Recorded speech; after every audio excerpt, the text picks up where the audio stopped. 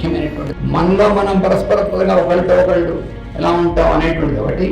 దీనిలో కనుక సరైనటువంటి విధంగా వస్తే అప్పుడు దేవతలు అనేటువంటి వాళ్ళు ఎవరైతే మనకి ఇవన్నీ ఏర్పాటు చేస్తారో వాళ్ళతో పరస్పరత్వం అనేటువంటిది ఎలా ఉంటుందో అది మనకి దేవతలు అనేటువంటి వాళ్ళు మిమ్మల్ని గౌరవిస్తారు. దేవతలు మనని గౌరవించడం అదే మనకి 4వ అధ్యాయం భగవద్గీతలోని నీ చుట్టూ ఉన్నటువంటి జీవుల రూపంలో ఉన్నటువంటి వాళ్ళు ఉన్నారే వాళ్ళలోనూ నీలోనూ పనిచేసేటువంటి వాళ్ళు దేవతలు. నీ చుట్టూ ఉన్నటువంటి జీవుల యందు నువ్వు సత్ప్రవర్తన అనేటువంటిది కలిగి ఉంటే వాళ్ళు సంతోషిస్తారు. అప్పుడు వాళ్ళు కూడా అంత నేను గౌరవం కలిగి ఉంటారు అన్నారు.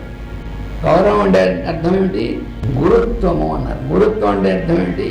తన యొక్క ఆచరణ అనేటువంటి దానివల్ల దాని ప్రభావం అనేటువంటిది అందరి మీద పడి వాళ్ళు కూడా ఆచరించేటువంటి వాళ్ళగా పరిణమించారు. అది గౌరవం పెంచుకోవడం.